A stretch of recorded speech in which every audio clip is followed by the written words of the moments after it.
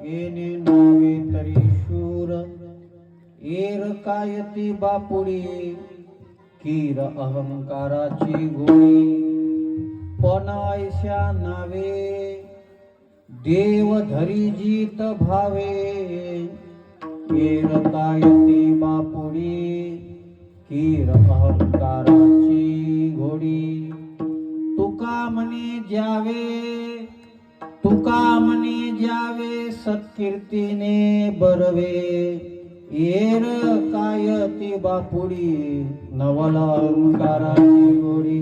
नमो ज्ञानेश्वरा, नमो ज्ञानेश्वरा, निवृत्ती उदारा सोपान देवा, निवृत्ती उदारा सोपान देवा.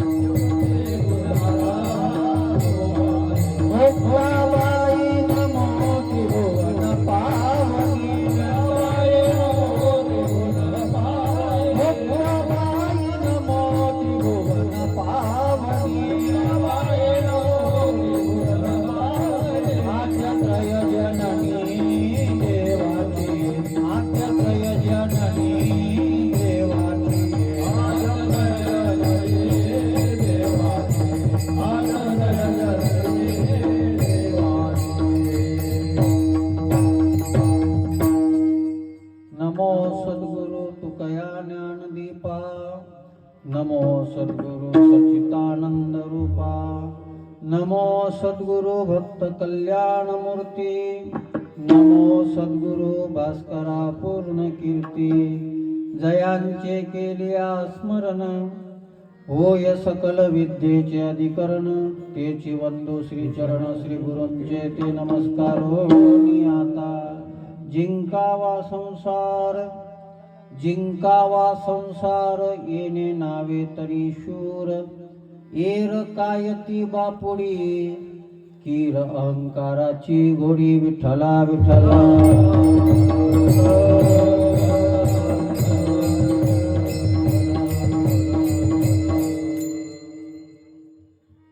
आपल्या या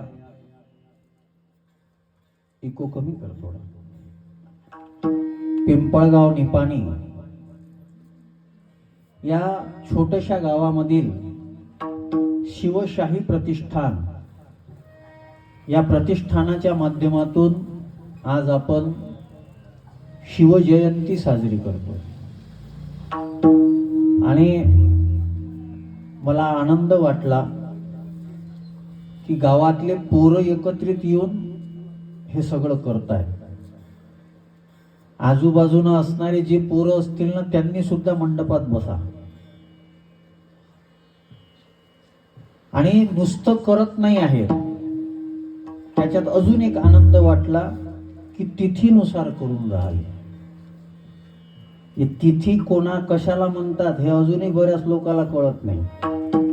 आणि विशेषतः महाराष्ट्रामध्ये मराठीसाठी भांडणं खूप आहे, पण मराठीतले 12 महिने जर सांगा म्हटलं तर सांगायला कोणी तयार होणार नाही.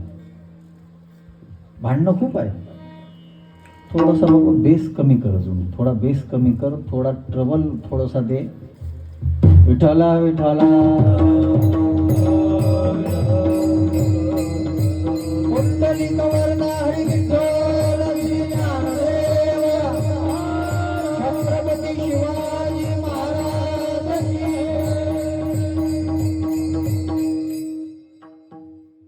आणि शिवशाही प्रतिष्ठान याच्या माध्यमातून हा आजचा उत्सव आहे. शिवाजी महाराज कोण आहेत? शिवाजी महाराजांचा विचार करायची गरज काय आहे? आम्ही शिवजयंती का साजरी करावी?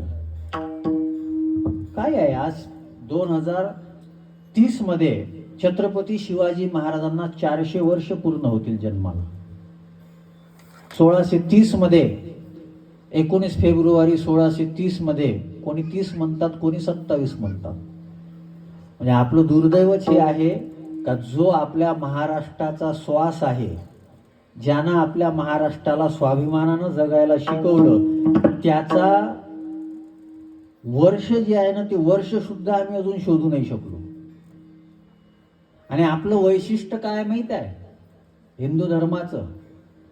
आम्ही संस्कृतीला महत्व कमी देतो, मनोरंजनाला जास्त महत्व देतो. मला अजून तुमच्या गावालाही थोडंसं बोलायचं आहे. याच्यासाठी बोलायचं आहे का पोरं जर इतकं चांगलं काम करून राहिले तर हे 100-125 लोक बसायची जागा तरी भरायला पाहिजे होती. मी मग विचारलं या काळेला किती गावची लोकसंख्या आहे, तर म्हणे 2000 आहे म्हणे. याच्याहूनच कळते का छत्रपती शिवाजी महाराजांविषयी आपल्याला काय वाटते. याच्याहूनच कळते की आमची तरुण पिढी आज छत्रपती शिवाजी महाराजांचा उत्सव चांगल्या पद्धतीने साजरा करते. ज्या छत्रपती शिवाजी महाराजांना जगद्गुरु तुकोबारायांची कीर्तनं आवडत होती, त्या शिवजयंतीच्या निमित्तानं आज आमच्या गावातील पिढी, आमच्या गावातील समोरची संस्कृती ही कीर्तन आयोजित करून राहिली. आम्ही आहो कुठे?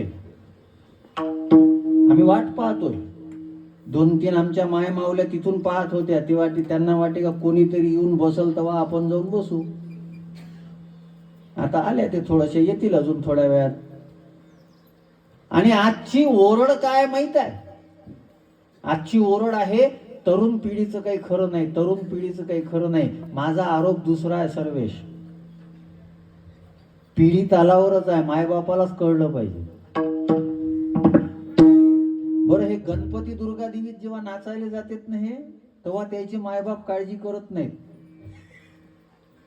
आज जर इतका चांगला उत्सव गावातले शिवशाही प्रतिष्ठानातले पोरं मिळून एकत्रित करून राहिले तर आपण आहोत कुठे?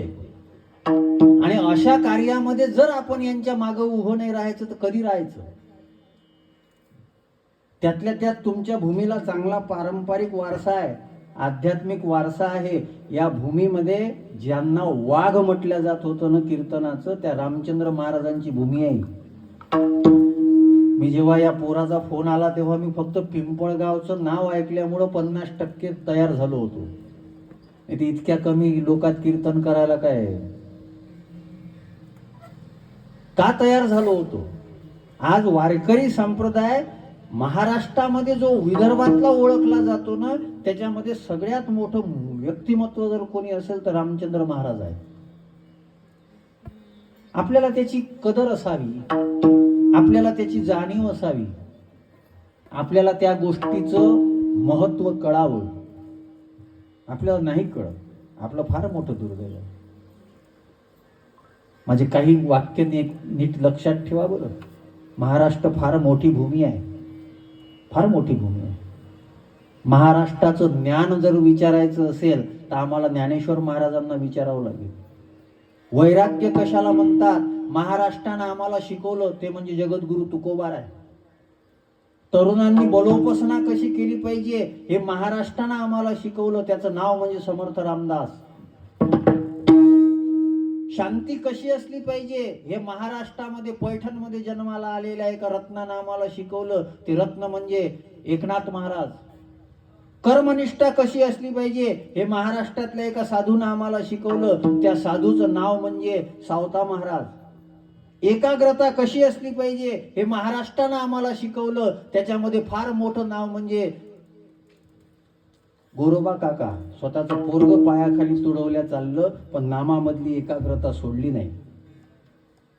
ही यादी किती लांबवता येईल. त्याचबरोबर महाराष्ट्रामध्ये शूर कोणाला म्हटलं पाहिजे, ते शूर म्हटल्यानंतर पहिलं नाव ज्यांचं डोळ्यापुढे उभं राहते ते म्हणजे छत्रपती शिवाजी महाराज.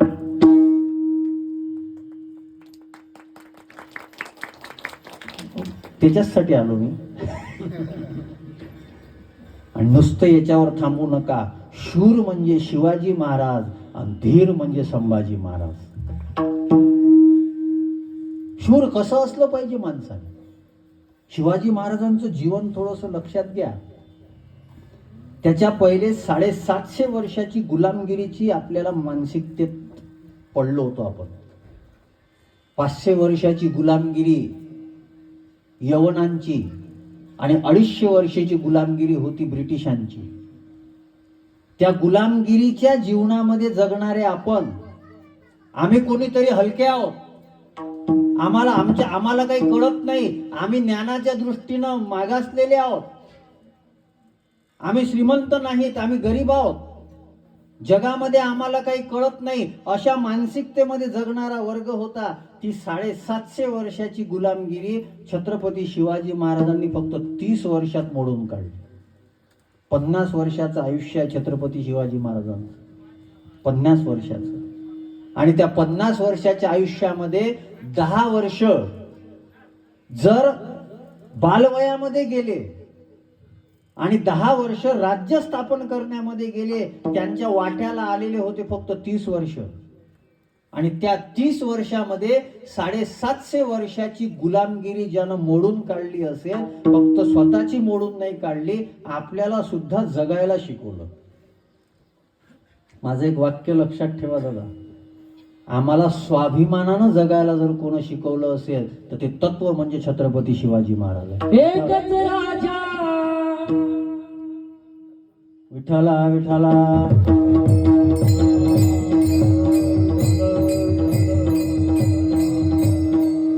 माझी कीर्तनाची एक पद्धत आहे दादा, काही म्हटलेलं मला नाही चालत. त्याच्यामुळं मी त्यांना पहिल्या दिवशी म्हटलं तुम्ही माझ्या पद्धतीने कीर्तन करेल. नाही, तुम्ही राजावरच म्हणा, पण मी राजासाठी जे म्हणायचं, माझा विषय जो चालू आहे त्याला अनुकूलन म्हणा. विठ्ठला विठ्ठला.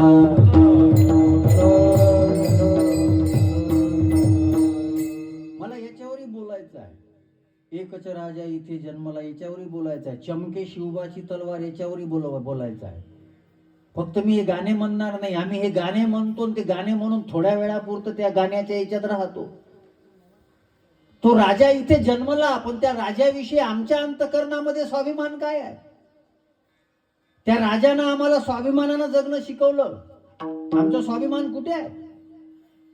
त्या राजाची तुलना जेव्हा कोणत्याही ऐऱ्या गैऱ्या नथू खैऱ्या सोबत केली जाते, तेव्हा आमचं रक्त का सळसळत नाही? आता या शिवजयंतीच्या 2-4-5 दिवसापूर्वी महाराष्ट्रातल्या एका राजकीय व्यक्तीनं छत्रपतीची तुलना टिपू सुलतान सोबत केली. कोण आहे छत्रपती शिवाजी महाराज? ज्यांनी हिंदूचं रक्षण केलं, त्याची तुलना आम्ही कोणासोबत करतोय? ज्यानं 75,000 हिंदूची कत्तल केली, त्या टिपू सुलतान सोबत आम्ही त्याची तुलना करतोय. काय केलं आम्ही? हे एकच राजान चमके शिवबाची तलवार म्हणणाऱ्यांचं मला कोणाचं दिसलं नाही.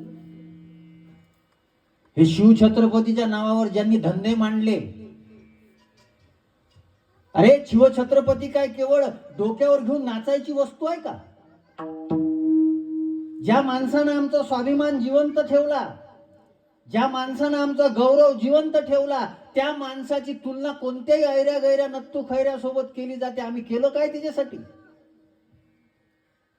कोणी काय केलं सांगा ना. माझे काही मुद्दे आज लक्षात ठेवा. आम्ही जातीपातीसाठी मोर्चे काढतो, पण शिवछत्रपतीची तुलना कोणाही सोबत केली? कोण मोर्चा काढला हो? कोण मोर्चा काढला? काढायला नव्हता पाहिजे. आमच्या रामाला जेव्हा मांसाहारी म्हटलं गेलं, तेव्हा आम्ही मोर्चा काढायला नव्हता पाहिजे. आम्हाला जात मोठी वाटते, पण ती जात धर्म ज्यांच्यामुळे टिकला तो शिवछत्रपती, त्यांची तुलना कोणासोबत केली गेली? कोणी काही म्हणायला तयार नाही. आम्ही शांत होतो. आमची शिवजयंती साजरी केली जाते, आम्ही बॅनर लावतो, डिजिटल बनवतो, भगवे फेटे घालतो. आज महाराष्ट्रामध्ये माझा एक मित्र कला संचालक आहे.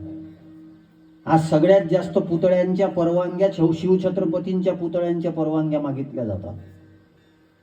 पण मला एक गोष्ट या निमित्तानं बोलायची आहे. या शिवछत्रपतीनं आमच्या जीवनामध्ये काय केलं?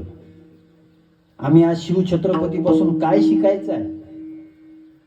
राजे बरेच झाले, पुढे बरेच होतील, पण शिवछत्रपती सारखा राजा जो आहे ना, मला तरी असं वाटते देवानं यांची निवड केली होती. प्रत्येकाला जमत नाही. देवाने यांची निवड केली होती. काही लोकांची निवड देव करतो. भगवद्गीता सांगण्याकरता देव कमी पडले, देवानं निवड ज्ञानोबारायांची केली म्हणून ज्ञानेश्वरी आहे.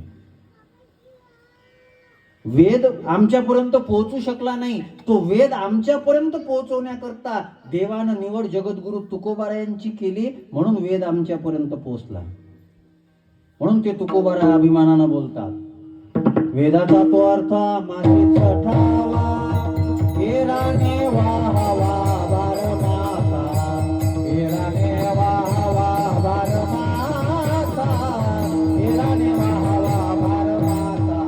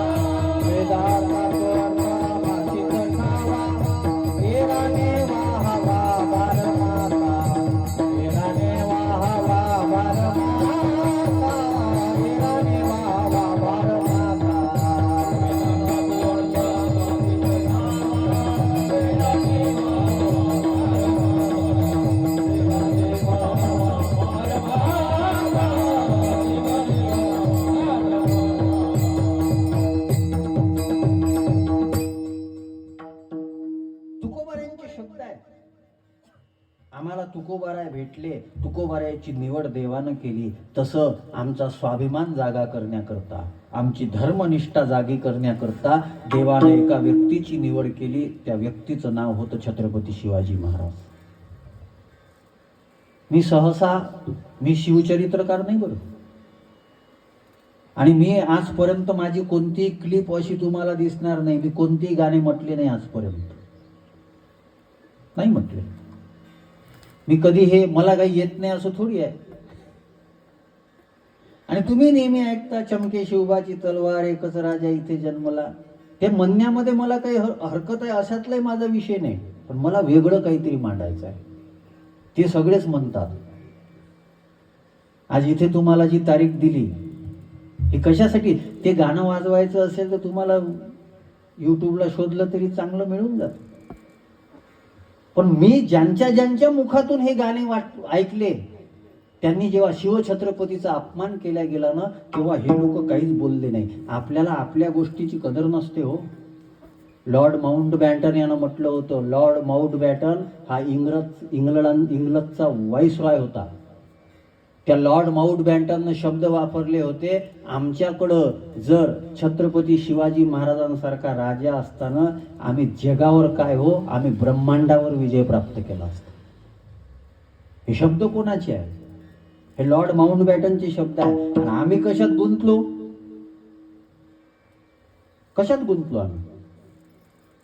माझी तरुणांना सुद्धा विनंती आहे, शिवछत्रपतीचा पुतळा हा महत्वाचा स्टॅच्यू महत्वाचा आहे, पण आम्हाला शिकायचं काय आहे? शिवछत्रपतीचा स्टॅच्यू तर बसलाच पाहिजे, पण शिवछत्रपतीची स्ट्रेंथ काय आहे, ती स्ट्रेंथही आमच्या जीवनात उतरली पाहिजे.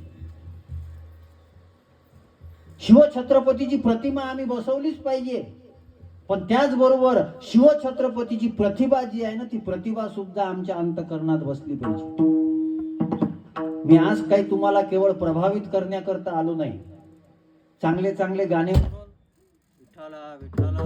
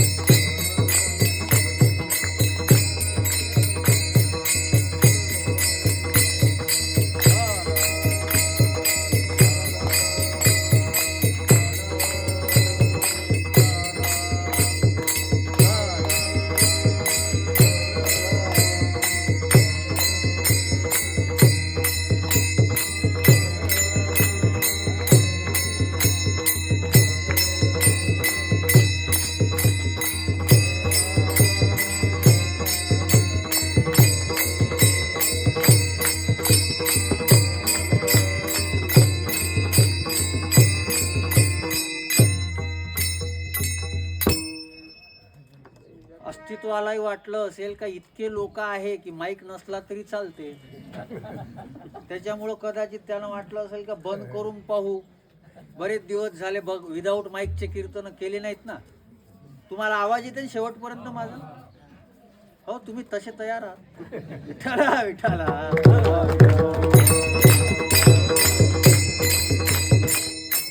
शिवछत्रपतीने आम्हाला स्वाभिमानानं जगणं शिकवलं. शिवछत्रपती कोण आहेत? आपला विषय काय चालू होता बघा. बाजूची मंडळी नका बोलू. आपला विषय हा चालू होता की शिवछत्रपतीनं स्वाभिमानानं जगणं शिकवलं. शिवछत्रपतीनं आम्हाला धर्मनिष्ठा शिकवली. शिवछत्रपतीनं आम्हाला स्वातंत्र्याकरता प्रेरित केलं. शिवछत्रपतीनं हिंदवी स्वराज्याची भूमिका मांडून ठेवली. ते हिंदवी स्वराज्य आम्हाला प्राप्त करून दिलं. पण शिवछत्रपती करता आमचा काय विचार आहे? त्यांचा स्टॅच्यू उभा करणं हे महत्वाचं नाही. त्यांची जी स्ट्रेंथ आहे ती स्ट्रेंथ आमच्या हृदयामध्ये आली पाहिजे. त्यांची प्रतिमा उभं करणं हे आमचं कर्तव्य आहे. पण ती प्रतिभा आमच्या प्रत्येकाच्या डोक्यामध्ये उतरली पाहिजे. आम्ही फक्त शिवछत्रपती सारखी थोडीशी दाढी वाढवली आणि चंद्राची कोर लावली म्हणजे आमचं जीवन पूर्णत्वात जाईल असं होत नाही. काय शिकलं पाहिजे शिवछत्रपतीपासून? सगळ्यात महत्वाचं, आम्ही कर्म करण्याकरता तत्पर असलं पाहिजे. हे शिवछत्रपतीपासून शिकलो पाहिजे. माझी पोरांना विनंती आहे या निमित्तानं.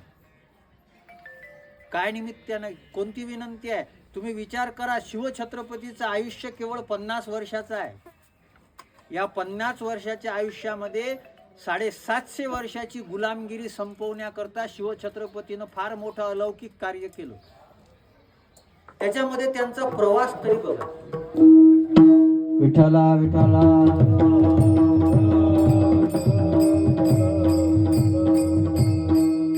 थोडं बारीक आहे का? किती महत्वाचं आहे बघा. शिवछत्रपतीचा प्रवास कशावरचा आहे? घोड्यावरचा. आग्रा कुठं, रायगड कुठं? आग्रा कुठे? यूपी मध्ये, रायगड महाराष्ट्रामध्ये. इतका प्रवास ते घोड्यावर करत होते. आमच्याकडे लक्झरीज गाड्या आहेत तरी प्रवास झाल्याचं नंतर आम्ही काय म्हणतो? थकलं गड्या आज. हे इतक्या लवकर जे थकणारे आहे ते स्वराज्य टिकवू शकत नाही बरं. हे इतक्या लवकर जे थकणारे आहेत ना, हे स्वराज्य टिकवू शकत नाही. त्याच्याकरता आमच्या अंतःकरणामध्ये स्फूर्ती असली पाहिजे. ही स्ट्रेंथ आहे. ही स्ट्रेंथ आहे. आज स्वतःला जर शिवछत्रपतीचं मावळं बनवून घ्यायचं असेल तर एक केलं पाहिजे, आमच्या जीवनामध्ये कोणतं व्यसन नसलं पाहिजे. तुम्हाला शिवछत्रपतीला जर श्रद्धांजली द्यायची असेल, शिवछत्रपतीच्या पायापाशी आमची आदरांजली व्यक्त करायची असेल तर ज्या शिवछत्रपतीनं वयाची 50 वर्ष आम्हाला दिली, ती 50 वर्ष देत असताना त्यांनी आम्हाला बळकट करण्याकरता प्रयत्न केला. ते बळकट होते म्हणून भवानी मातेनं त्यांची निवड केली. बळकट होते ते. आणि आमच्या तुकोबारायांची ही प्रेरणा होती. भगवंताचा भक्त कसा असला पाहिजे? झुंजार ते एक विष्णुदासा जगी, झुंजार ते एक विष्णुदासा जगी,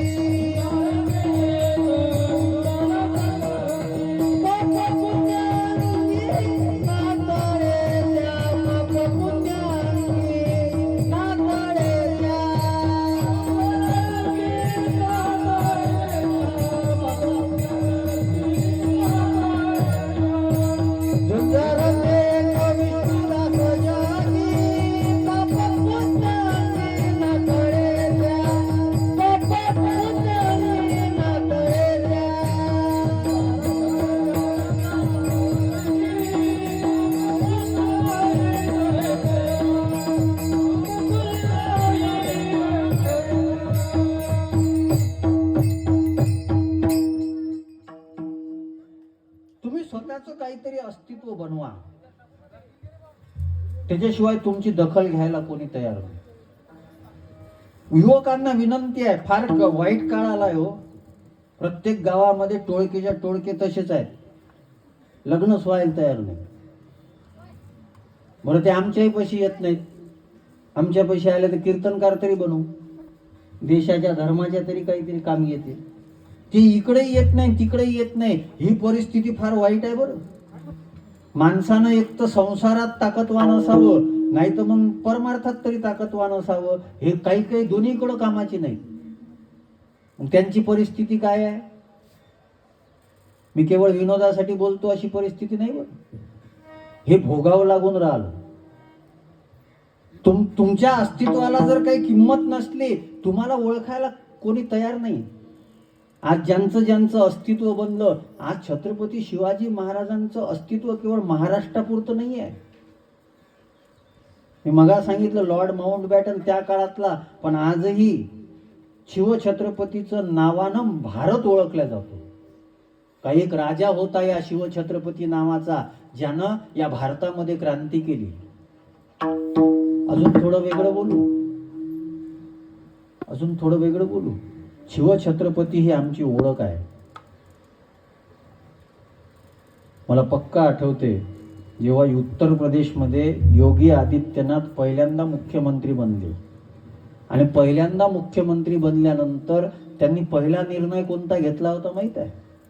त्या आग्र्यामध्ये जे मुघल म्युझियम होतं, त्या म्युझियमला त्यांनी छत्रपती शिवाजी महाराज म्युझियम हे नाव दिलं. उत्तर प्रदेशमध्ये ज्यांचा जन्म आहे त्या उत्तर प्रदेशच्या कोणा व्यक्तीचं नाव नाही दिलं, छत्रपती शिवाजी महाराजांचं नाव दिलं. हे छत्रपतीचं मोठेपण आहे. त्यांनी विचार नाही केला की राज्य कोणाचं आहे. छत्रपतीचं राज्य महाराष्ट्र आहे, त्यांनी हा विचार नाही केला. ते साधू आहेत, साधूचं अंतःकरण मोठं असते.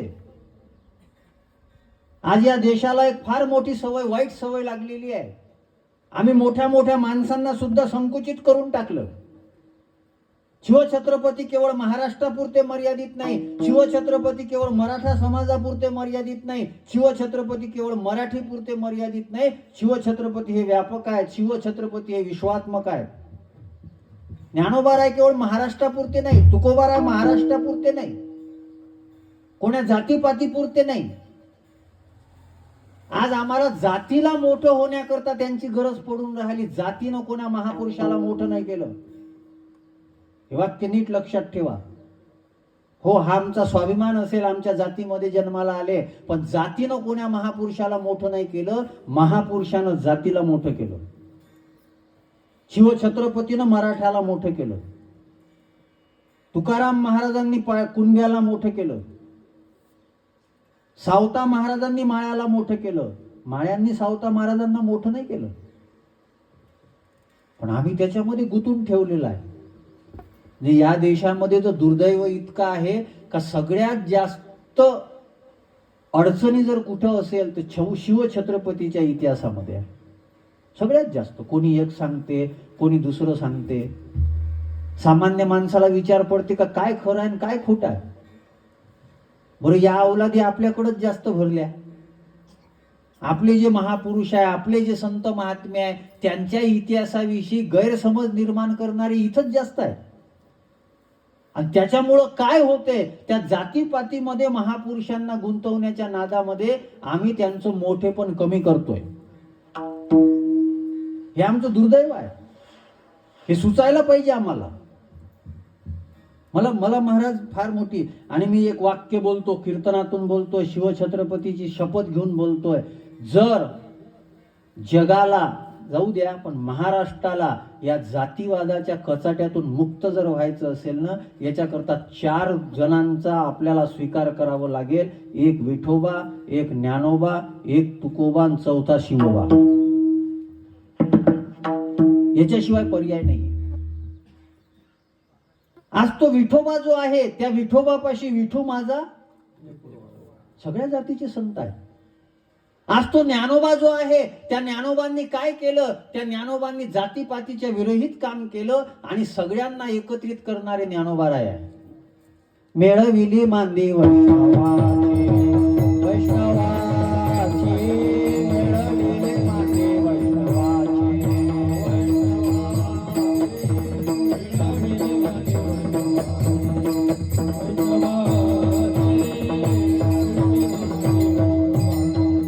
दयाने गाता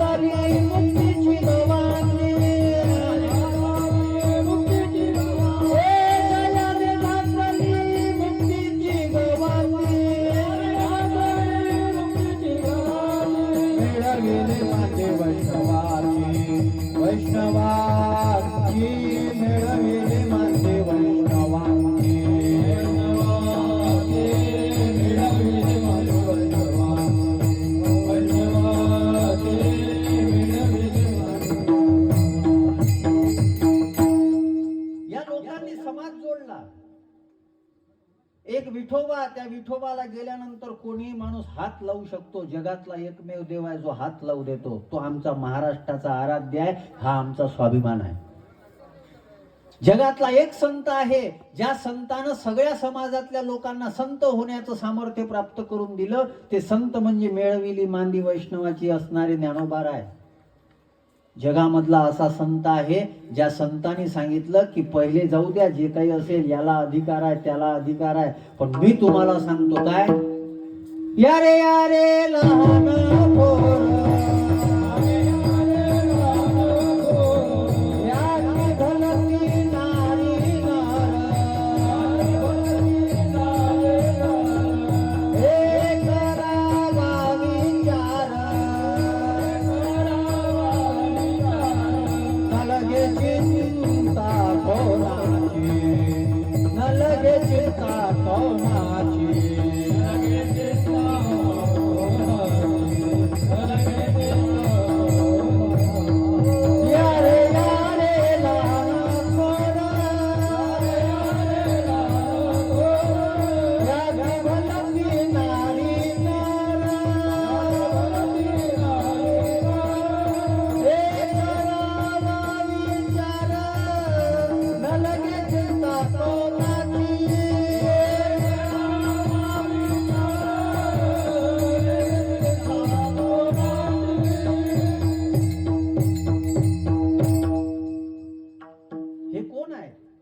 तुकोबा राय ज्यांनी सांगितलं या रे लहान थोर. आज आम्हाला कोणाला जात विचारली जात नाही. आज एक भटक्या समाजातला माणूस सुद्धा व्यासगादीवर उभं राहून भगवंताचं नामगुण गाऊ शकतो. तुम्हाला साधू संतांचे विचार सांगू शकतो. ही कृपा तुकोबारायांची आहे. माझी तर विनंती आहे, हे तरुण पोरं जेवढे सगळे बसले आहेत ना, तुम्हाला शिवछत्रपतीचा आशीर्वाद जर करून घ्यायचा असेल, छत्रपती शिवाजी महाराजांच्या जीवनातली सगळ्यात मोठी गोष्ट तुम्हाला सांगतो, साधूंनी त्यांना आदर दिला. साधूंनी त्यांना आदर दिला. त्या शिवछत्रपतीच्या कार्याकरता जगद्गुरु तुकोबारायांनी पायिकांचे अभंग लिहिले. ते पायिकांचे अभंग म्हणजे मावळे तयार करणारे अभंग होते. आज हिंदवी स्वराज्याकरता शिवछत्रपतींनी जे कार्य केलं ना, त्या कार्याला जगद्गुरु तुकोबारायांचा आशीर्वाद होता. त्या कार्याला समर्थ रामदासांचा सुद्धा आशीर्वाद होता. निश्चयाचा महामेरू, बहुत जनांचा आधारू, हे शब्द कोणी वापरले हो? ज्ञानोबारायांची ओविया ज्ञानेश्वरीमध्ये सज्जनी आपुला मनितला, चांगल्या लोकांनी आपलं म्हणलं पाहिजे, हे जीवनाची कृतार्थता आहे. ती छत्रपती शिवाजी महाराजांनी केली. कोणता राजा आहे असा? मला बरेच जण म्हणतात की छत्रपती शिवाजी महाराजांच्या निमित्तानं कीर्तन केले जातात, चांगलं आहे का? म्हणलं का चांगलं नाही? जो दारू पिऊन मेला त्याच्या निमित्तानं जर कीर्तन करावे लागतात कीर्तनकाराला, तर छत्रपती शिवाजी महाराजांच्या निमित्तानं केलं तर काय खराब आहे? ज्यांच्यामुळे आमचे देव धर्म राष्ट्र सुरक्षित आहे, ज्यांच्यामुळे आमच्या आईच्या डोक्यावरील कुंकू सुरक्षित आहे, त्या छत्रपती शिवाजी महाराजांविषयी कृतज्ञ भाव न व्यक्त करणं हा मूर्खपणा आहे. आमचे तो दुर्दैव आहे, कोणासाठी कीर्तन करावे लागतात? एकाचा बाप मेला म्हणे महाराज माझ्या बापाच्या 13वी निमित्त कीर्तन करा. म्हटलं कसा काय मेला? म्हणे दारू पिऊन विहिरीत पडून मेला. त्याच्या निमित्तानं आम्ही कीर्तन करावं? आणि काय सांगावं तिथं? लय चांगलं केलं त्या बापानं. मग ज्याने आमचं राष्ट्र घडवलं, ज्याने आमचा स्वाभिमान टिकवला, ज्याने आम्हाला स्वराज्याची प्रेरणा दिली, ज्याने आमच्या करता एक मजबूत असं राष्ट्र उभं करून ठेवलं, त्याचं नाव आम्ही का नाही घ्यावं? पण ते घेत असताना आमची कीर्तनाची मर्यादा सोडू नये, हे महत्वाचं. ज्या काळामध्ये छत्रपती शिवाजी महाराज होते त्या काळामध्ये तुकोबाराय कोणती कीर्तन करत होते हो? छत्रपती शिवाजी महाराज जगद्गुरु तुकोबारायांच्या कीर्तनात बसत होते. त्या तुकोबारायांनी काय शिकवलं? आज धर्माकरता आम्ही आयुष्य वेचलं पाहिजे, धर्माकरता आम्ही काम केलं पाहिजे, राष्ट्राकरता आम्ही काहीतरी केलं पाहिजे. ही ऊर्जा, ही स्फूर्ती कुठून प्राप्त झाली? तुकोबारायांनी सुद्धा काय केलं? धर्माचे पालन,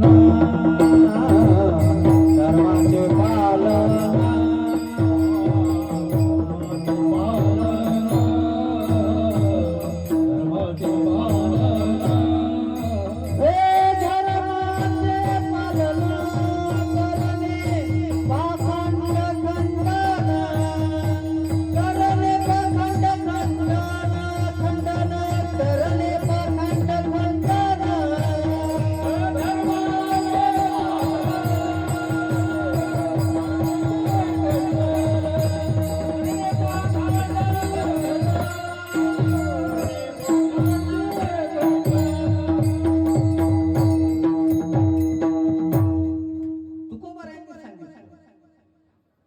आज पाखंडाला धर्म समजले जाते. छत्रपती शिवाजी महाराजांनी ज्या हिंदवी स्वराज्याकरता, काही लोकांना हिंदवी शब्दाची खूप ॲलर्जी आहे, काही लोकांना भगव्या शब्दाची ॲलर्जी आहे, आणि आपल्याला या हिंदू शब्दाची ॲलर्जी आहे, आपल्याला या भगव्या शब्दाची ॲलर्जी आहे. म्हणूनच काही लोकांचं सोकलं. ते काय म्हणजे हिंदवी म्हटलं तर काय फरक पडते काय नाही. आज भगवा मान्य नाही. भगव्या शब्दाला एका कोणातरी विचारधारेसोबत जोडल्या गेलं. हा भगवा म्हणजे काय आहे? हा शिवछत्रपतींचा भगवा आहे. जो भगवा आमच्या अंतःकरणामधलं भय दूर करतो तो भगवा आहे. जो भगवा आमच्या जीवनामधला गर्व दूर करतो तो भगवा आहे. जो भगवा आमच्या जीवनामधली वासना दूर करतो तो भगवा आहे. या भगव्याचा आम्हाला स्वाभिमान असला पाहिजे. नाही, भगवा म्हटलं तर हे होईल काय अडचण आहे? आणि महाराज, हा देश ते इतका विचित्र आहे. जे लोक भगव्याच्या भरोश्यावर जगले ना, त्यांनाही भगव्याचा आता राग येते. हे कोण आहेत मला कळत नाही या लोकांना. ठीक आहे, तुमचं काहीतरी तुमचा स्वार्थ असतो, तो एका जागेवर ठेवा. पण आपल्या संस्कृतीच्या, परंपरेच्या ज्या मुख्य खुणा आहेत ना, त्या पुसल्या नाही गेल्या पाहिजे. रंगाकरता भांडणं आहे, सर्वेश फार मोठी अडचण आहे. बाकीच्या देशामध्ये झेंडा पक्का करत असताना त्यांनी त्यांच्या संस्कृतीचा विचार केला. आम्ही आमचा झेंडा पक्का करत असताना कोणता समाज नाराज होऊ नये याचा विचार केला. काही दिवसानं सगळे रंग घ्यावे लागतील. रंग कशासाठी आहे? पण एक गोष्ट लक्षात ठेवा, ही भारत ती भूमी आहे का ज्या भूमीमध्ये इंद्रधनुष्य आम्हाला आवडते. इंद्रधनुष्यामध्ये सगळे रंग आहे. तसे सगळे रंग जेव्हा एकत्रित येतील ना, तेव्हा भारताचं वैभव वाढेल. आणि त्याच्याकरता ज्यांनी आयुष्यभर काम केलं ते तत्व म्हणजे छत्रपती शिवाजी महाराज. जातीपातीचा विचार केला नाही. जातीपातीचा विचार केला असता तर शिवछत्रपतीचं जे अष्टप्रधान मंडळ आहे त्याच्यामध्ये 7 ब्राह्मण नसते. जातीपातीचा विचार केला असता तर त्यांचे जे मुख्य मावळे असते त्याच्यामध्ये, बरं या माणसाची मैत्री, या माणसानं जे माणसं जोडून ठेवले त्याचा तर विचार करा. आज आम्हाला जमतंय काय? आज जमतंय? आमची मैत्री काय आहे? आज आमच्या तरुण पिढीचे मित्र कोण आहे? आम्ही आमची स्ट्रेंथ कुठं वापरतोय? सगळा स्वार्थाचा बोलबाला झालाय. दोघं मित्र शाळेमध्ये चालले होते, उशीर झाला यायला. शिक्षकानं प्रश्न विचारला, व्हाय आर यू कमिंग लेट? तू उशिरा का आला? तो म्हणे, सर माझा 10 रुपयाचा कलदार पडला होता, तो शोधायला वेळ लागला म्हणून उशीर झाला. त्याच्या मागच दुसरा त्याचा मित्र आला. ते म्हणे, का रे तू का उशिरा आला? ते म्हणे, सर काय माझ्या मित्राचा कलदार पडला होता ना, त्याला शोधण्याकरता मला वेळ लागला. तिसरा होता तो म्हणे, मला माहित आहे तू कसा आहे, खरं सांग म्हणे तू का उशिरा आला? ते म्हणे, याचा कलदार पडला तर मलाच दिसला, मी त्याच्यावर पाय ठेवून उभा होतो. मी केवळ हसण्यासाठी नाही सांगतोय, मी कशासाठी सांगतोय? जे स्वार्थानं बरबटलेले आहे ते आमचे मित्र आहेत. स्वतःच्या पोराचं लग्न आहे, तानाजी मालुसरेच्या पोराचं लग्न आहे, आणि ते तानाजी मालुसरे शिवछत्रपतींना म्हणतात, आधी लगन आणि मग लगन रायबाचं. स्वतःच्या पोराचं लग्न सोडून स्वराज्याकरता काहीतरी केलं पाहिजे, या वृत्तीची माणसं जमवणं हे शिवछत्रपतीचं वैभव आहे. पैसे कोणी कमावते, माणसं